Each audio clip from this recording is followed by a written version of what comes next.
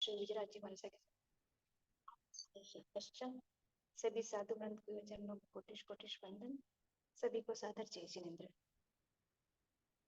कल हमारा हुआ था नरक के बारे में कि नरक के नाम, उनके गोद, उनकी विशेषताएं, उनकी मोटाई, उनके नरकावास, है ना। इस तरह से पूरे नरक के बारे में हमने जाना। अब आगे आज अपन देखेंगे भवनपति के बारे में। तो भवनपति देव कौन है? जो देव भवनों में उत्पन्न होते हैं और भवनों में निवास करते हैं एवं भवन प्रिय होते हैं, उन्हें ही भवनपति कहते हैं। जैसा उनका नाम है वैसे ही उनकी परिभाषा है कि वो लोग भवनों में रहते हैं, इसलिए उनका नाम भवनपति है। आगे है 10 भवनपतियों के नाम जो हमने 25 गोल में पढ़ा है। असुर कुमार, नाग कुमार, सूरन कुमार, सुप्रन कुमार, विद्युत कुमार, अग्नि कुमार, द्वीप कुमार, उदित कुमार, दिशा कुमार, पवन कुमार और स्तनित कुमार। ये 10 नाम है। इन 10 नाम के पीछे कुमार क्यों लगा हुआ है?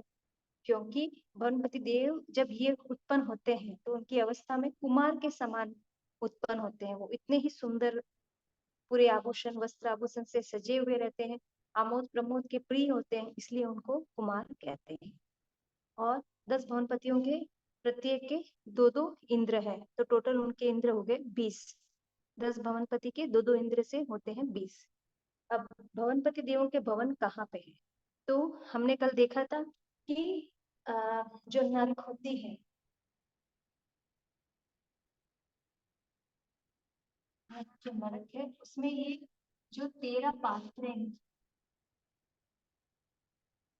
इसके बीच में ही जो आंतरे हैं, उन आंतरों में, यहाँ जो बीच में आंतरे हैं, उन आंतरों में ही ये भवनपति देव निवास करते हैं। तो हमने देखा कल 13 पात्रे हैं और 12 आंतरे हैं। सो ये कहाँ निवास करते हैं? तो ऊपर के 2 छोड़ के नीचे के जो 10 होते हैं, उन सारों के अंदर भवनपति देव निवास करते हैं। तो नारकी जीवों को दुख देने वाले प्रथम नरक में जो 12 अंतरे हैं, उन अंतरों में भवनपति देव रहते हैं। नरक जीवों को दुख देने वाले कौन से देव एवं कितने होते हैं? हमको मालूम है ये भी कि 15 परमाधामी देव जाके क्या करते हैं? नारकी जीवों को दुख देते हैं।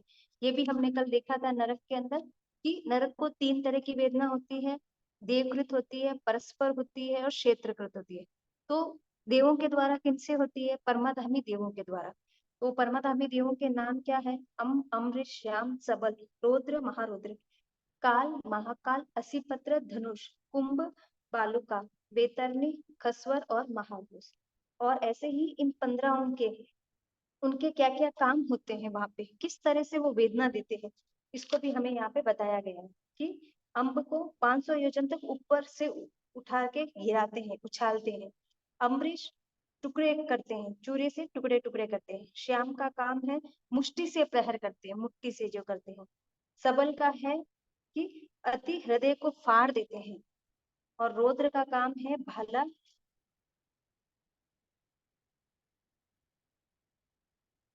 रौद्र का काम है उबले हुए तेल में डालना। नहीं, रुद्र का काम है भाला बर्छी से बींदे, खड्डा वगैरह करना, बींदना के काम। महारौद्र का है अंगोपांग छेदे। काल का काम है उबलते हुए तेल में डालते हैं। महाकाल का काम है मांस के टुकड़े खिलावे। असीपत्र तलवार से टुकड़े करे। धनुष का काम है वाणी से नाक कान बींदे। कुंभ का काम है कुंभ पाक में पकावे। बालू का तपी हुई रेत, जैसे बालू को हम जानते हैं ना कि बालू को क्या बोलते हैं? रेत। तो वैसे ही बालू का यानी तपी हुई रेत, जो गर्म रेत होती है उसमें भूनते हैं। वेतरनी तले हुए शीशे में डाले। खसवर कांटे वाली वृक्ष से रगड़े। महाकोश पशुओं के समान बाड़े में डाले। तो ये जो 15 परमाधामी देव हैं, उनके क्या क्या काम है वो हमें नीचे टेबल में दिया गया है। अब ये परमाधामी देव किस जाति के देव होते हैं और कहाँ रहते हैं? तो ये भी किनके रहते हैं? इन्हीं भवनपति के ही असुर कुमार के जो देव है, उसी श्रेणी में ही परमाधामी देव आते हैं, जो कि प्रथम नरक है ना। यही यहाँ जहाँ भवनपति रहते हैं प्रथम नरक में, वहीं पे परमाधामी देव भी यहीं पे रहते हैं। कौन से कार्य करने वाले जीव परमाधामी देव बनते? तो जो लोग निर्दयी होते हैं, शिकार खेलना अथवा हाथी, बैल, मेष, कुत्ता आदि जानवरों को लड़ाने में आनंद मानते हैं, अथवा जो बाल, तपस्वी, अग्नि, जल, काय, वनस्पति के असंख्यात जीवों की घात करके अज्ञा तप करते हैं वे मरकर पराये परमाधामी देव बनते हैं। ये देव कौन सी नरक तक जा सकते हैं? तो कल हमने इसको देख लिया था कि परमाधामी देव कितने नरक तक जाते हैं, यानी कि 3 नरक तक जाते हैं। ये देव मरकर कहाँ जाते हैं? तो ये देव काल करके सामान्य तौर पर अंडकोलिक। क्यों? क्योंकि देवता क्या होंगे, या तो तिर्यंश में उत्पन्न होंगे या फिर मनुष्य में। देवता और नारकी वापस उसी में वैक्रे शरीर में उत्पन्न नहीं होते। तो ये परमाधामी देव जो है वो मनुष्य बनेंगे। कैसे मनुष्य? अंडगोलिक मनुष्य, क्रूर मनुष्य होते हैं वो बनते हैं, और वहां से काल करके वे भी पुनः स्वयं नरक गति में ही जाते हैं और वहां पैदा होके उनके दिए हुए पूर्वकृत कर्मों को भोगते हैं। सो परमाधामी देव सम्यक दृष्टि है या मिथ्या दृष्टि? ये क्या वेदना पहुंचे? तो ये एकांत मिथ्या दृष्टि है। इसे भी हम लोगों ने लघु दंडक में देख लिया था कि परमाधामी देव क्या होंगे? एकांत मिथ्या दृष्टि, और 5 अनंतर विमान वाले देवता एकांत सम्यक दृष्टि। तो ये विवरण था अपना सारा परमाधामी के बारे में। अब व्यानवंतर। तिरछलोक का अवस्थान कहाँ है? अधोलोक एवं ऊर्ध्वलोक के बीच में तिर्यलोक अवस्थित है। यहाँ पे पूछ रहे हैं कि व्यानवंतर देव कहाँ है। तो जैसे हमने ये बनाया,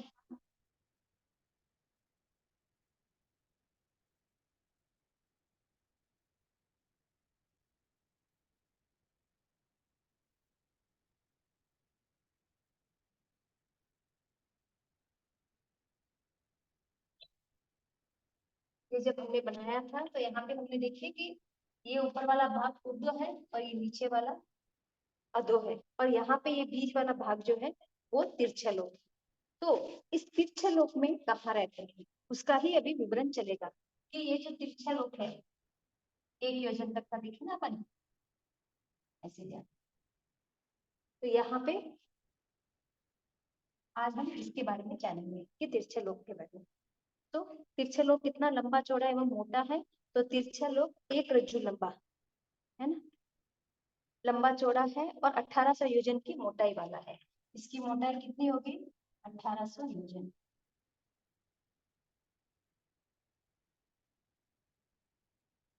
समतल भूमि से 900 योजन नीचे एवं समतल भूमि से 900 योजन ऊपर। यहाँ ये जो समतल भूमि जो सेंटर पॉइंट है वहां से यहाँ से भी होगा 900 योजन और यहाँ से भी होगा 900 योजन। तो 1800 योजन जो है वो समतल भूमि से ऊपर से और नीचे से दोनों से मिला के होगा योजन है सभी। समतल भूमि, ये जो समतल भूमि है इसके ऊपर भी 900 योजन और नीचे भी 900 योजन। सो दोनों को मिला के कितना होगा? 1800 योजन का मोटाई तिरछलोक की होगी। अब समतल भूमि से 900 योजन नीचे वाले क्षेत्र कौन कौन से हैं? अब अपन ये नीचे वाला पार्ट देखेंगे। ये वाला जो समतल भूमि से 900 योजन नीचे वाला पार्ट है उसको अभी अपन देखेंगे। तो इनमें क्या होगा कि समतल भूमि से 9 योजन नीचे वाले क्षेत्र में कौन रहते हैं? सो यहाँ पे कौन रहते हैं? अब ये जो 900 योजन है उसमें से भी वापस 100 योजन कम कर देंगे तो 800 योजन। इन 800 योजन में यानी कि वापस ये एक लेवल से समझ जाएंगे कि ये 100 योजन तक छोड़ देंगे। बाकी का ये जो शेष 800 योजन है उसमें क्या होंगे? कौन रहेंगे कि व्यानवंतर देव। 100 योजन छोड़ के भूमि नीचे की 800 योजन जो है 8 जाति के व्यानवंतर देव रहते हैं। सो व्यानवंतर की जगह पे यहाँ पे है। भवनपति की पहली नारकी के अंतरे में है, और व्यानवंतर की समतल भूमि से 100 योजन छोड़ने के बाद में जो शेष 800 योजन बचते हैं वहां पे वो लोग रहते हैं। कौन कौन से जाति के नाम है? तो पिशाच, भूत, यक्ष, राक्षस, किन्नर, किमपुरुष, महारोग और गंधर्व। शेष 8 व्यानवंतर देव के नाम क्या है और वे कहाँ रहते हैं? तो इन्हीं के 8 पन्ना, 5 पन्ना, ऋषिवक, बुद्धाविक, कृंदित, महाक्रंदन, कुष्मान और पतंग, ये 8 टोटल अपन बोलते हैं ना 16 व्यानवंतर जाति के देव हैं। तो वही 8 ये यहाँ पे रह गए, और शेष जो 8 है वो भी इन्हीं के साथ ही रहते हैं। अन्नपान आदि देवों का स्थान भी उपरोक्त 800 योजन में ही है। तो टोटल पूरे 16 व्यानवंतर देव जो है इसी समतल भूमि से 800 योजन में रहते हैं। इन देवताओं का व्यानवंतर क्यों कहते हैं? तो वनों के अंतर में रहने वाले देव व्यानवंतर कहते हैं, है ना, व्यानवंतर, वन के अंदर। सो वन के अंदर में रहने वाले देव व्यानवंतर है। ये देव यद्यपि उत्पन्न तो नीचे होते हैं, परंतु यह देव तिरछे लोक में घूमते फिरते हैं, क्योंकि तिरछा लोक अपना कितना है टोटल, ये पूरा 800 योजन का। तो इनका रहने का स्थान तो यहाँ नीचे है, बट ये पूरे 1800 योजन में घूमते हैं, तिरछे लोक में पूरे घूमते हैं। ये देव यद्यपि उत्पन्न तो नीचे होते हैं, परंतु ये देवता तिरछे लोक में घूमते फिरते आते हैं। यहाँ के वन, जंगल, कुएं, बावड़ी, तालाब, सुअर, सूनागर, खंगर, बाग, बगीचे, झाड़ आदि स्थानों पर अपना डेरा बसा लेते हैं। इस प्रकार अंतरालों में रहने के कारण इन्हें अंतर व्यानवंतर कहते हैं। वन में भ्रमण करने के अधिक रुचि होने वाले के कारण इन्हें व्यानवंतर कहते हैं। सो ये रहते भी कहाँ है? वनों आदि में रहते हैं। इनकी विशेष रुचि क्या रहती है? वनों के अंदर, तो इनको व्यानवंतर देव कहते हैं। किंतु ही व्यानवंतर देव महान पुण्यशाली चक्रवर्ती वासुदेव और मनुष्य की सेवा में नौकररत रहते हैं। चाहे क्यों ना वो देव हो, लेकिन मनुष्य और देव, जो तीर्थंकर वगैरह होते हैं, चक्रवर्ती वासुदेव, उनके सामने तो ये नौकर के जैसे ही काम करते हैं, जिससे मनुष्य और देव के बीच का अंतर चला गया, इसीलिए ही इन्हें व्यानवंतर देव कहते हैं। व्यानवंतर देवों के कितने नगर एवं ये नगर कितने लंबे चौड़े हैं? व्यानवंतर देवों के असंख्यात नगर है ना, संख्यात योजन के लंबे चौड़े हैं। जगन्य होगा भरत क्षेत्र प्रमाण।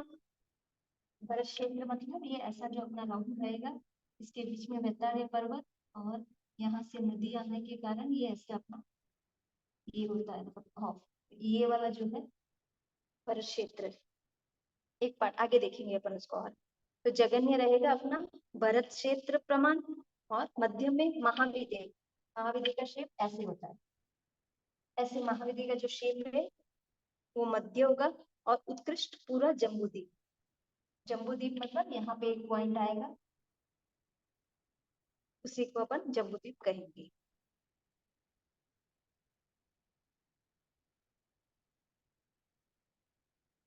सो व्यानवंतर देवों के कितने नगर एवं होते हैं, तो ये हमने देख लिया। समपृथ्वी से नीचे व्यानवंतर देवों के अवकाश चौड़ाई में कितनी दूर तक जाते हैं? असंख्या द्वीप के नीचे व्यानवंतर देवों के आवास हैं, समुद्र के नीचे नहीं। ये आवास नगर संख्यात योजन के लंबे चौड़े हैं, लेकिन असंख्या द्वीप के नीचे तक फैले हुए हैं। ये गिनती में असंख्यात ही होते हैं। 16 व्यानवंतर देवों के कुल 32। 10 भवनपति के भी दो इंद्र थे, तो वहां पे भी 20 हो गए, और यहाँ पे 16 व्यानवंतर देव है, वो भी टोटल 32 हो गए। वर्तमान में जो भूत, यक्ष आदि की घटना सुनने आती है, वे कौन से देव होते हैं? वर्तमान में जो भूत, यक्ष, विद्या देवियां, ऋ, श्री आदि षट देवियां, सरस्वती, मणिपत्र, काला गौरा, भेरू, नाकोड़ा, भेरुणी, क्षेत्रपाल, 64 योगिनी आदि सभी व्यानवंतर निकाय के देव होते हैं। यहाँ पे अपने को बता रहे हैं कि कौन कौन से देव निकाय होते हैं। नेक्स्ट, जम्बक देव किस जाति के हैं एवं कितने प्रकार के हैं? तो जम्बक देव व्यानवंतर जाति के होते हैं। इनकी उम्र अवगाना व्यानवंतर देवों के समान ही होती है। निरंतर पीड़ा में रत रहने के कारण अति प्रसन्नता चित्त वाले ये देव 10 प्रकार के होते हैं। इसे भी हमने 25 गुण में पढ़ा है, पूरा विवरण देवता का, जो 198 भेद है उसके अंदर। अनजम्बक, पान जम्बक, वस्त्र जम्बक, लयन जम्बक, शयन जम्बक, पुष्प जम्बक, फल जम्बक, पुष्प फल, विद्या और अव्यक्त जम्बक, ये 10 नाम है। जम्बक देव कहाँ रहते हैं? जम्बक देव सभी दीर्घ बेताड़े पर्वतों में, चित्र विचित्र पर्वतों में तथा कंचनगिरी पर्वतों में रहते हैं। मनुष्य की मन्नतें पूरी करते हैं तथा वे अपने अपने नाम के अनुसार फल भी पाते हैं। इनके इंद्र नहीं होते हैं। पिशाच आदि के इनकी रिद्धि अल्प होती है। चक्रवर्ती वन मनुष्य की सेवा में सेवक की तरह ये भी रहते हैं।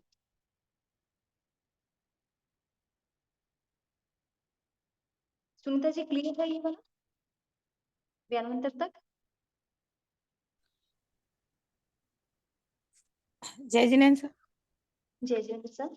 ये हनुमान जी और बालाजी, ये कौन से देव में आएंगे? वो पूछना पड़ेगा। बेरू जी, बेरू जी बहुत सारे होते हैं ना। जी जी जी। ये वो इसमें से आता है। इनको कौन से देवता में गिनेंगे? मुझे जान देखना पड़ेगा एक बार। अच्छा। बाकी इसमें तो खाली जम्बक वगैरह का ही बताया हुआ है एकदम। हाँ, ये तो आगे समझ में, पर जैसे ये है ना लौकिक देवता, हाँ। बेरू जी, बालाजी, जी जैसे वो राम का देख। कृष्ण का तो पता है हम्म।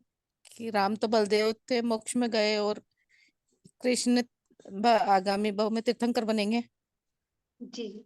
लेकिन ये बालाजी है, माता जी पूछते, कोई संतोषी माता, कोई दुर्गा माता, हनुमान जी, हम्म।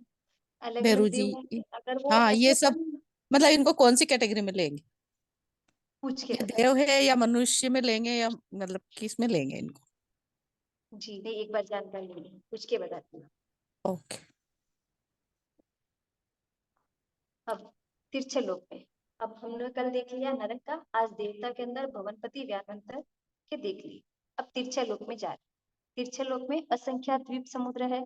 ये हमें ऐसे जानकारी है कि जब अपन पढ़ते हैं तो जम्बू द्वीप से लेके स्वयंभू रमन तक असंख्या द्वीप समुद्र है करके हमने काफी बार प्रवचनों में और बड़े जनों से सुना है इसको। सो तिरछलोक नाम क्यों पड़ा, इसका नाम क्यों पड़ा? तो तिरछलोक तिरछा विस्तृत है एवं यहाँ रहने वाले मनुष्य तिर्यंत तिरछी दिशा में गमन करते हैं, इसलिए इसका नाम तिरछलोक पड़ा है। अब तिरछलोक की विशेषता क्या है, मतलब यहाँ आने से हमें क्या स्पेशलिटी मिलती है? सो पहला पॉइंट है, भव्य जीव तिरछलोक में ही होते हैं। भव्य जीव कहाँ होंगे? तिरछलोक में ही तीर्थलोक में। होते हैं। और चरित्र की परिपालना भी कहाँ होगी? तिरछलोक में। तीर्थलोक। संयम अंगीकार हम तिरछलोक में ही करेंगे। ज्योतिषी देवों का प्रकाश भी तिरछलोक में, है ना? हम्म। ये ज्योतिषी वगैरह कहाँ होंगे? इसी 1800 योजन समतल भूमि से ऊपर, हाँ। 900 योजन के ऊपर वहीं पे रहेंगे। तो हम्म। ज्योतिषी देव का प्रकाश भी कहाँ पे रहेगा? यहीं पे रहेगा। दिन रात आदि का काल भी व्यवहार तिरछलोक में ही है। जहाँ हम्म। चंद्र सूर्य होगा वहीं रात दिन होंगे। बाकी जगह पे तो जो पर्यवम सागरोपम कैलकुलेट करते हैं वो किस अपेक्षा से करते हैं? यहाँ की अपेक्षा से वहां कर रहे हैं। वहां पे हम्म। कोई गड़ी बड़ी कुछ नहीं है। तो दिन रात आदि काल का व्यवहार तिरछालोक में ही होता है। तिरछालोक का आकार कैसा है? तो घटी के पाट के आकार का मोटा गोल वाला है, ऐसे गोल है। तिरछालोक का आकार गोल है। तिरछालोक क्यों की रचना क्या है? तिरछालोक की क्या रचना है? तो तिरछालोक के बीच में बेताड़िया जम्बू नामक द्वीप है। यहाँ पे जम्बू नाम का जो द्वीप है,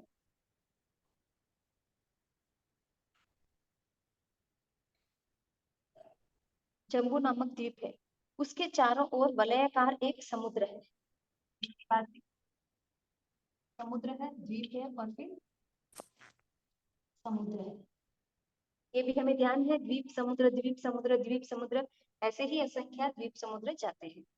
तो उनके चारों ओर वलयाकार एक समुद्र है, उनके चारों ओर वलयाकार एक द्वीप है, उसके चारों ओर एक वलयाकार समुद्र है। इस प्रकार तिरछालोक में एक द्वीप एक समुद्र, एक द्वीप एक समुद्र, एक द्वीप एक समुद्र, ऐसे करके असंख्या द्वीप समुद्र होते हैं। ये द्वीप समुद्र कितने विस्तृत वाले होते हैं? तो जम्बू द्वीप जो है वो होगा, पहला वाला होगा 1 लाख। उसके बाद में सारे डबल डबल डबल डबल होते जाएंगे। जैसे जम्बू द्वीप है 1 लाख योजन लंबा चौड़ा विस्तृत, उसके बाहर रहा हुआ लवन समुद्र 2 लाख का विस्तृत होगा। आगे के द्वीप समुद्र एक से दुगने दुगने विस्तार वाले होते हैं। यहाँ पे अपने को सारे नाम दिए हैं, जैसे जम्बू द्वीप है 1 लाख योजन और लवन समुद्र है 2 लाख, क्योंकि जम्बू द्वीप के बाद में क्या है? लवन समुद्र। और उसके बाद में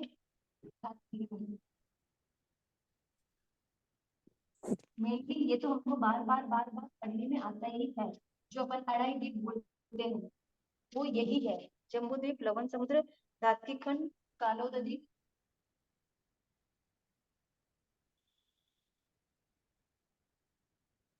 कालोद द्वीप, ये द्वीप दात्की खंड में द्वीप है, ये समुद्र है और ये भी समुद्र है।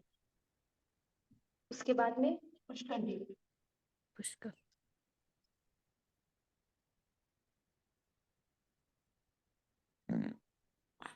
पुष्कर द्वीप। पुष्कर द्वीप में अर्ध पुष्कर द्वीप क्यों कहते हैं?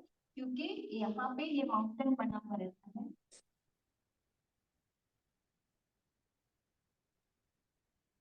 इस तरीके से।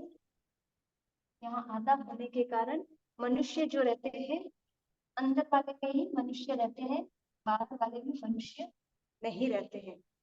तो इसीलिए जो अपन अढ़ाई द्वीप बोलते हैं, एक, दो और ये अढ़ाई, ये एक द्वीप, ये दूसरा द्वीप और ये आधा, ये ढाई द्वीप को ही हम कहते हैं अढ़ाई द्वीप। जो बार बार पढ़ने में आता है ना कि ढाई द्वीप क्या है, तो ये वाले हैं, ये अढ़ाई द्वीप। जम्बू द्वीप, दाकी खंड और अर्ध पुष्कर द्वीप आधा।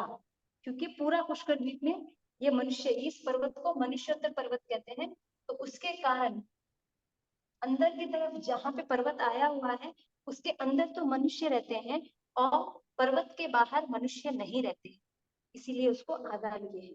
तो यही अढ़ाई द्वीप जो अपन बोलते हैं वो ये है। तो ऐसे अपने को सारे नाम दिए गए हैं और सब डबल डबल अपने को इनकी ये भी बताइए संख्या भी, कि गालो नदी का 8 लाख, पुष्कर द्वीप का 16 लाख, पुष्कर समुद्र का 32 लाख। ये अपन चार्ट पूरा पढ़ सकते हैं, सारे डबल डबल इसमें दिए गए हैं। क्लियर है सर यहाँ तक? हाँ जी।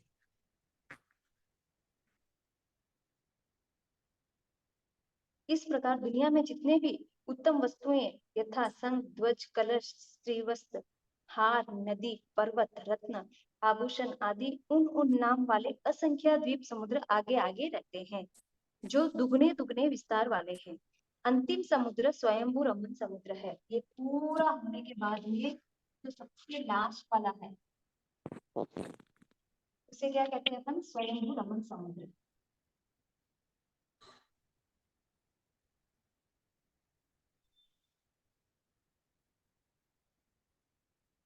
सबसे लास्ट वाला समुद्र जो स्वयंभू रमन समुद्र है, सबसे लास्ट, उसके बाद में कुछ नहीं है। तो ये कितना बड़ा है? तो आधा ये रज्जु। जो है, हाँ, आधा रज्जु। कितना रज्जु बताया इसको? ये पाव रज्जु है। आधा रज्जु। नहीं, 1/4 है इसमें। 1/4 रज्जु। अच्छा, 1/4 बड़े विस्तार है जिसमें एक रज्जु के क्षेत्र में आधा रज्जु का क्षेत्र अंतिम, हाँ बराबर, आधा रज्जु का है। टोटली ये जो होता है उसमें से आधा रज्जु हम्म। है ना, आधा रज्जु यही घेर लेता है इसको। हाँ हाँ। एक एक से बटा चार वन बाई इधर, एक फोर बटा चार इधर। हाँ, 1/4 इधर से और 1/4 इधर से, हाँ। यहाँ से 1/4 और 1/4, सो 1/2, इन दोनों को मिलाएंगे तो 1/2। तो दोनों तरफ से पाव पाव रज्जू जब घेर लेगा तो कुल आधा इसकी रज्जु। वृद्धि आधा रज्जू का इसमें हो जाएगा, जिसमें एक रज्जू के तिरछों में से आधा रज्जू का क्षेत्र अंतिम समुद्र ने रोक लिया है। लगभग 94% जितना क्षेत्र अंतिम दो द्वीप में एवं समुद्रों ने रोक लिया है। 6% यानी एक आना से कम क्षेत्र अविस्तृत असंख्यात द्वीप एवं असंख्यात समुद्र है। तिरछे लोक के अंतिम 5 द्वीप एवं 5 समुद्र के क्या नाम है, इनकी विशेषता बताइए। तो अंतिम वाले द्वीप समुद्र है देव द्वीप और देव समुद्र, नाग द्वीप नाग समुद्र, यक्ष द्वीप यक्ष समुद्र, भूत द्वीप भूत समुद्र, स्वयंभू रमन द्वीप स्वयंभू रमन समुद्र। ये लास्ट वाले, फर्स्ट वाले 5-6 नाम अपने को ध्यान में है। उसके हाँ अलावा यहाँ चार्ट में अपने को नाम दिए गए हैं तो वो सारे हैं। फिर हाँ। लास्ट में जाते जाते यहाँ से जब जाएंगे तो लास्ट वाले जो 5 नाम है उसको अपने हाँ। को यहाँ पे दे देंगे। तो लास्ट से अपना आएगा स्वयंभू रमन, भूतद्वीप, यक्षद्वीप, नागद्वीप और देवद्वीप, ऐसे 5 द्वीप आएंगे। अब यहाँ पे ये पूरा यही चार्ट दिया हुआ है इसमें तिरछलों के असंख्य द्वीप समुद्र के बारे में। और उसके बाद तो लोग यही पांचों द्वीप दिए गए हैं। दूध द्वीप, वायनी द्वीप, एक द्वीप के नाम से दिया गया है। और इसके सेंटर में जो ऐसे लंबा मेरू पर्वत जो है जम्बू द्वीप से जो आ रहा है उसी के बारे में बता रहे हैं। इसका आकार ऐसे क्यों दे रहे हैं? क्योंकि ये ऐसे ही है और पहाड़ जो है ऐसे सीधा खड़ा हुआ, मतलब ऐसे चौकस ऐसे सीधा रहेगा पहाड़, और द्वीप समुद्र इसी गोलाई में है, इसीलिए इस चार्ट में ऐसे दिया। अब तिरछलोक के समुद्र का पानी कैसा है? तो लवण समुद्र का पानी खारा है। लवण इन द सेंस ये समझ जाते हैं कि लूण, तो लवण में नमक जैसा खारा है। वरुण समुद्र मदिरा जैसा है। और शीर्ष समुद्र पानी और दूध जैसा है। धृत समुद्र घी जैसा है। कलोदधी समुद्र का पानी साधारण पानी जैसा है। पुष्कर द्वीप का पानी साधारण पानी जैसा है। स्वयंभू रमन का पानी भी सादा पानी जैसा है। शेष असंख्या द्वीप समुद्र का पानी इक्षुरस जैसा है। यानी कि अधिकतर तो सारे क्या है, इक्षुरस जैसे हैं। खाली ये 5-6 जो नाम है, उनके नाम से ही अपने को पता लग जाता है कि उनका द्वीप समुद्र कैसे है। तो घी, दूध और नमक, मदिरा, ऐसे सारे द्वीप समुद्र के नाम हैं। तिरछलोक में रहने वाले मनुष्य व तिर्यंच मरकर पुनः तिर्यंच गति में ही पैदा होते हैं क्या? नहीं। तिरछा लोक में रहने वाले मनुष्य व तिर्यंच तीनों लोकों में एवं चारों गतियों में कहीं भी उत्पन्न हो सकते हैं। ये भी हमने कहा देख लिया, लघु दंडक की गति अगति के अंदर देख लिया था कि मनुष्य जो है कहाँ पे जाएंगे, चारों गति उनके लिए खुली है। खाली तेलु वायु नहीं छूटेगा, लेकिन गति की अपेक्षा से तिर्यंच में भी जा सकते हैं, तो उनके लिए क्या हो जाएगा, चारों गति खुली है उनके लिए। अपने अपने कर्मों के अनुसार ही जीव भ्रमण करता है। क्लियर है से यहाँ तक? हाँ ये थी जी। बेसिक अपने तिरछलोक के बारे में। अब हम चलेंगे जम्बूद्वीप के लिए।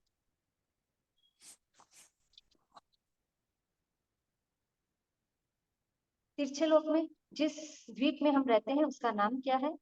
जम्बूद्वीप जम्बूद्वीप। है। इसका नाम जम्बूद्वीप क्यों पड़ा? तो मालिक देव जम्बू वृक्ष पर निवास करते हैं, इसीलिए इसे जम्बूद्वीप कहते हैं। इसका मालिक कौन है? जम्बूद्वीप का मालिक अनाद्रित नामक रिद्धि संपन्न देव है, जो व्यानवंतर जाति का है, जिसकी एक पल्योपम की स्थिति है। ठीक है, अब जम्बूद्वीप का विवरण यहाँ पे बता रहे हैं। जम्बूद्वीप की परिमिति कितनी है? जम्बूद्वीप की परिमिति ये अपने को याद करना पड़ेगा। परिमिति 3,16,227 योजन, 3 कोस 128 धनुष, 13.5 अंगुल जाजेरी, यानी कुछ कम है। जम्बूद्वीप की रचना कैसी है? तो इसमें 7 क्षेत्र और 6 पर्वत है। कौन कौन से क्षेत्र हैं? तो हमको मालूम है, भरत क्षेत्र है, हेमवंत क्षेत्र है, हरिव्यास क्षेत्र है, महाविदय है, मेघवास है, हिरण्य है और एरावत है। जो अपन बोलते हैं ना 6 क्षेत्र, भरत भरत एरावत, 15 कर्म भूमि, 30 अकर भूमि। 30 अकर भूमि के तीनों नाम आगे, देवकुरु, उत्तर कुरु, हरिव्यास, रम्यकवास, हेमवंत, हिरण्यवंत वाला क्षेत्र, ये तीनों क्षेत्र। और भरत क्षेत्र ये भी हम बोलते हैं, महाविद्य क्षेत्र भी हम बोलते हैं, वही है। और एरावत, तो भरत, एरावत, महाविद्य, ये तीनों, और हेमवंत, हिरण्यवंत, हरिव्यास, जो तीनों रहते हैं उनके नाम, और रम्यकवास, ये टोटल 7 क्षेत्र हैं। और इनके पर्वत कौन से होंगे? तो चूल हिमवंत पर्वत, महा हिमवंत पर्वत, ये अपन ड्राइंग में अभी देखेंगे तो अपने को हो जाएगा। ठीक है। अकर्म भूमि तो 6 है ना, 15 तो कर्म भूमि, मतलब भरत, हाँ 15। ऐरावत और महाविद्य। और फिर हाँ तो हेमवत, ये हिरण्यवत, हरिवास, रमेवकाश और देवकुरु, उत्तर कुरु 6 हो गए, 9 हो गए ना ये तो। देवकुरु उत्तर कुरु भी तो है। हेमवंत भरत। एक क्षेत्र है, एक क्षेत्र हाँ। हेमवंत है, हाँ। एक क्षेत्र हरिव्यास है, हाँ। एक क्षेत्र हिरण्यवत है। हाँ। बस ये 3 ही तो क्षेत्र हुए इन तीनों के अंदर, 30 अकर भूमि में। हरिवास और देवकुरु उत्तर कुरु, मतलब अपन जीव दड़ में 9 लेते हैं ना, 9 3 27 लेते हैं मनुष्य हम्म। के। भरत और एरावत ये तो ऊपर और भरत, नीचे आ ऐरावत, जाएंगे, हरिवास, आगे रमेवकाश, बीच में आ जाएगा। हेमवत, हाँ, हिरण्यवत और देवकुरु उत्तर कुरु। हरिव्यास क्रम में हिरण्यवत में ही आएगा ना, देवकुरु उत्तर कुरु की वापस देखिए। क्षेत्र तो अलग अलग ही है ना, 6 6 कर्म भूमि के 6 क्षेत्र होंगे ना। हाँ 6 कर्म के 6, इसको अपन और ड्राइंग 3 देख कर्म लो। भूमि के 3, तो 6 और 3 9। जी, अब यहाँ पे ये आ जाएगा अपना भरत, हाँ, ये भरत। ये आ जाएगा अपना एरावत, ऐरावत।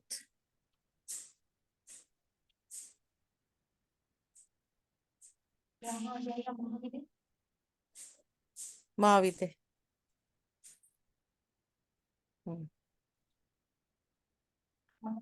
तीनों हो गए। अब हाँ क्षेत्र को बाहर करें। इनके दाढ़ों में आएंगे देव और उत्तर पूर्व।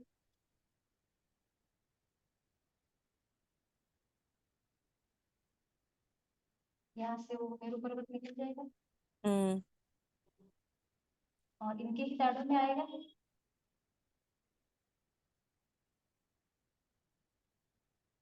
ये दाढ़ी बनेगी ना,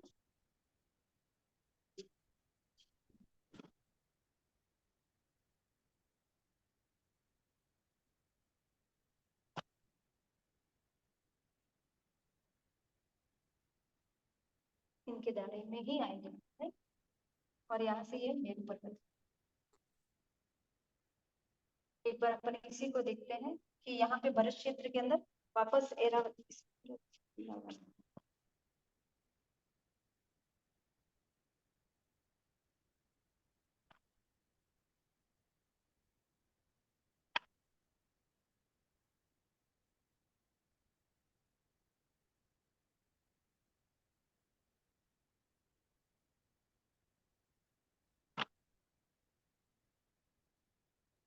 यहाँ से वापस ये भरत क्षेत्र की वापस एक नदी से हो जाएगा एकाडी पर्वत से। एकाडी पर्वत होगा, फिर यहाँ से जो नदियाँ निकलेगी पद्मद्रा है और पद्मद्रा से जो ये नदियाँ निकल रही है उससे अपना ये भरत क्षेत्र के 6 खंड हो जाएंगे।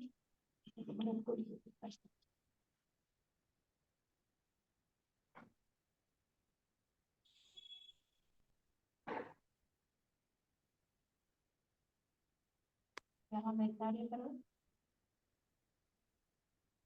यहाँ पद्म।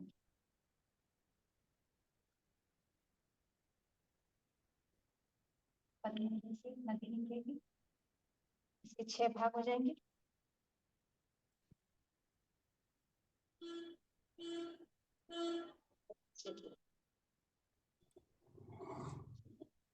पहला और दूसरा यहाँ आप रहते हैं, हम जो रहते हैं जम्बू द्वीप के, ये पूरा अपना जम्बू द्वीप है। जम्बू द्वीप के भरत क्षेत्र में जो कहते हैं वो अपन लोग यहाँ रहते हैं और अपना जो वर्ल्ड है वो यहाँ पे पॉइंट जितना ही रहता है। और चक्रवर्ती जो 6 खंड जीतते हैं वही ये 6 खंड अनिवार्य है जी। नहीं जी। जो चक्रवर्ती 6 खंड जीतते हैं यही है और वासुदेव जो है ये 3 खंड जीतते हैं। 6 और 3 जो ये वाले रहते हैं वो यही वाले हैं। और यहाँ पे भरत क्षेत्र और ऐसे का ऐसे ऊपर जो होगा वो होगा ऐरावत क्षेत्र, ये होगा ऐरावत क्षेत्र और यहाँ बीच में हो गया महाविदेश,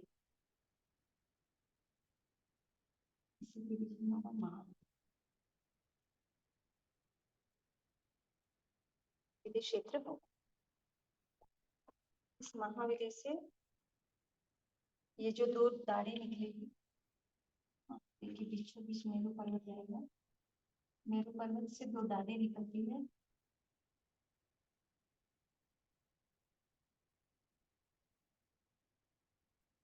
ऐसा कुछ जम्बू द्वीप का पूरा आकार रहेगा।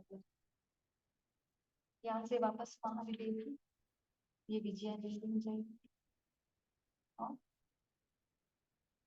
जो पूरी विजय है वो यहाँ से ऐसे होगी।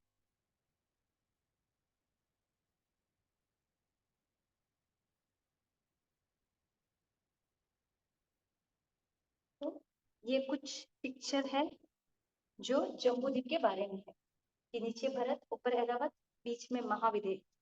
ये तो तीनों क्षेत्र जो 15 कर्म भूमि बोलते हैं वो यही वाले हैं। 30 अकर्म भूमि वाले अपन अगली कक्षा में देखेंगे। अभी के लिए नाम पढ़ लेते हैं कि जम्बू द्वीप में मुख्य नदियां कितनी है। तो गंगा, सिंधु, रोहितांसा नदी, रोहिता, हरिकांता, हरिसा, ये सब जब अपन नेक्स्ट क्लास में ड्राइंग करेंगे पूरी इसकी तब उसमें ये नाम बरोबर अपने को पता चल जाएगा। और 14 जो महानदियां हैं कौन कौन सी किसके अंदर है वो भी अपने को पता चल जाएगा।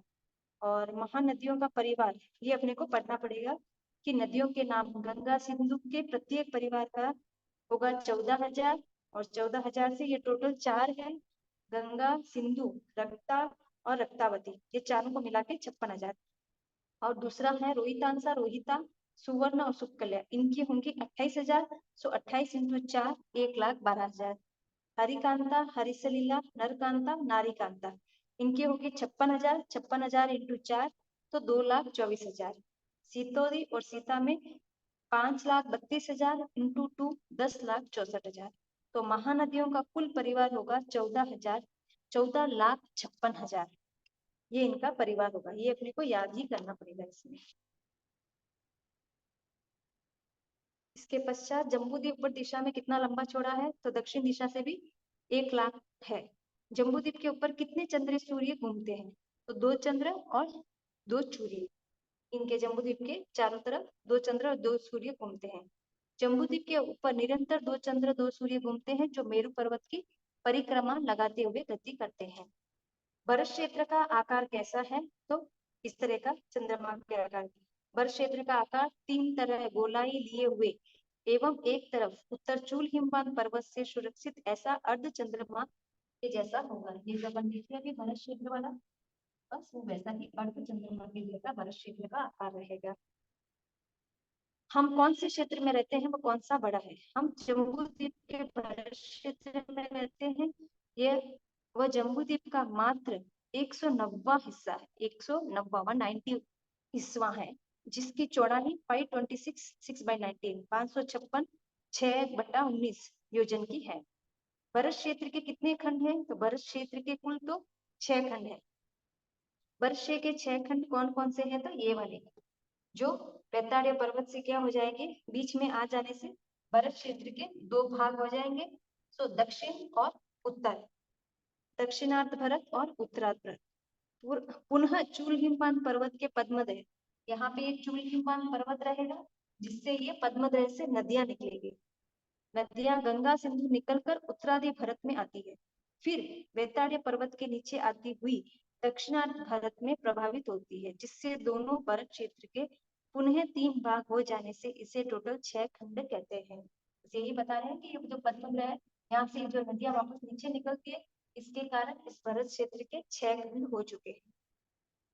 तीर्थंकर चक्रवर्ती आदि 63 सलाहकार पुरुष कहाँ रहते हैं, तो 6 खंड में कुल 32,000 देश है, जिसमें से सिर्फ 25.5 देश ही आर्य है, शेष क्षेत्र अनार्य है। आर्य देश में ही 63 सलाहकार पुरुष रहते हैं। जो आर्य देश 32.5 देश है, वहीं पे 63 सलाहकार पुरुष रहते हैं। वर्तमान में जो विश्व दिखाई दे रहा है, वो भारत में किस खंड में अवस्थित है, तो आज विश्व दिखाई दे रहा है वह भरत क्षेत्र के प्रथम खंड में अवस्थित है। ये जो प्रथम खंड है अपना, इसके अंदर विश्व पूरा भरा हुआ है। वर्तमान में जो विश्व शेष 5 खंड क्या है, तो शेष 5 खंड में अनार्य मृत जाति के मनुष्य निवास करते हैं 5 स्थानों में। खाली यही एक जो है वो आर्य देश है, इसमें भी 32,500 देश है ऐसे तो, लेकिन उसमें से 25.5 देश ही आर्य है, शेष सभी अनार्य है, और ये तो 5 ही अनार्य ही है वर्तमान में जो। ओके, शेष 5 आर्य जाति के मनुष्य क्या प्रथम खंड में ही रहते हैं, हाँ, लेकिन प्रथम खंड में भी सभी आर्य देश नहीं है, मात्र 25.5 देश ही आर्य है, शेष सारे अनार्य है। भरत क्षेत्र में अवसर्पणी काल और उत्सर्पणी काल में काल चक्र कितने समय के होते हैं, ये हमें जानकारी है कि एक अवसर्पणी काल में एक उत्सर्पणी काल को मिलाकर एक काल चक्र होता है। 10 कोड़ाकोड़ी सागरोपम का एक अवसर्पणी काल और 10 कोड़ाकोड़ी सागरोपम का एक उत्सर्पणी काल, दोनों को मिलाएंगे तो 20 कोड़ाकोड़ी सागरोपम का होगा, यानी कि एक काल चक्र पूरा 20 कोड़ाकोड़ी सागरोपम का होता है। और शेष ये चार्ट हमने कल देख लिया था, ये भी हमारा हो चुका है चार्ट। ऐरावत क्षेत्र में क्या रचना है, यहाँ की पूरी रचना भरत क्षेत्र के समान ही है, यानी वैताड़िया पर्वत 6 खंड नदियों के अब भरत क्षेत्र में लंबा चौड़ा विस्तृत है। यहाँ पर बहने वाली 2 नदियों के नाम भी रक्ता और रक्तावती है। ये जो है वैसे का वैसे ही यहाँ का डायग्राम होगा ऐरावत का। वापस यहाँ पे जो है इसका वैताड़िया पर्वत से इसका भी विभाजन हो जाएगा, और यहाँ से रक्तावती से निकल के यहाँ से भी ऐसे भी इसके विभाग हो जाएंगे। सो यहाँ पर भी बहने वाली दो नदियों के नाम रक्ता और रक्तवती। यहाँ पे गंगा और सिंधु नाम दी, यहाँ पे रक्ता और रक्तवती। जो हमने पीछे नदियों के नाम देखे वहां पे इनके नाम आए हुए हैं। कर्म भूमि और अकर्म भूमि कैसे कहते हैं? जिस क्षेत्र के मनुष्य जीवन यापन करने के लिए व्यापार, शिल्प, कला, असी मसी, कृषि आदि करते हैं उन्हें कर्म भूमि क्षेत्र कहते हैं। जिस क्षेत्रों के मनुष्य में जीवन यापन करने के लिए कोई कार्य नहीं करना पड़ता वहां असी मसी कृषि नहीं होता, वृक्षों में अपनी आजीविका चलाते हैं, उन क्षेत्रों के अकर्म भूमि क्षेत्र कहते हैं। जम्बूद्वीप में कर्म भूमि क्षेत्र कितने हैं? तो 3 कर्म भूमि है, भरत, ऐरावत और महाविद्य। ये जो हमने तीनों देखा। जम्बूद्वीप में 30 अकर्म भूमि, देवकुरु, उत्तर कुरु, हरिव्यास, रम्यकवास, हेमवंत, हैरावत, ये 6 है। भरत ऐरावत क्षेत्र में युगलिक कब होते हैं, वे कैसे होते हैं? तो भरत और ऐरावत में निरंतर आरों का परिवर्तन रहता है। अवसर्पणी काल का पहला दूसरे आर्य में एवं आदि जानवरों का नहीं, उत्सर्पणी काल के चौथे, पांचवें, छठे आर्य में युगलिक होते हैं। इसे भी हमने देख लिया, आर्य के अंदर भी और लघुदंडक के अंदर भी। वे वनों गुफाओं में पैदल विचरण करते हैं, हाथी घोड़ा आदि जानवरों का उपयोग नहीं करते।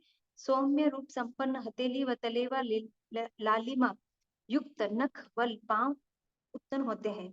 दाढ़ी मूछ बाल व गढ़ते हैं न बढ़ते हैं, ना तो उनके गढ़ते हैं ना बढ़ते हैं। सदा शरीर के रहते हैं। 32 दांत सटे हुए चिकने सुरक्षित पंक्तियां बुद्ध होते हैं। फलहारी होने से सदा निरोगी रहते हैं। गाय भैंस आदि पशु होने पर भी उनका दूध सेवन नहीं करते। इनके सिर के बाल काले चिकने लंबे होते हैं, कभी सफेद नहीं होते। शरीर पर झुर्रियां नहीं पड़ती। स्त्रियां सदा सुहागन से ही संपन्न होती है, क्योंकि वो दोनों साथ में ही मरते हैं, युगल काल साथ में ही करते हैं, तो विधवा होने का काम ही नहीं है। हरिव्यास, रम्यकवास आदि क्षेत्र अकर्म भूमि में कितने प्रकार के वृक्ष हैं? सो अकर्म भूमि में 10 प्रकार के वृक्ष हैं।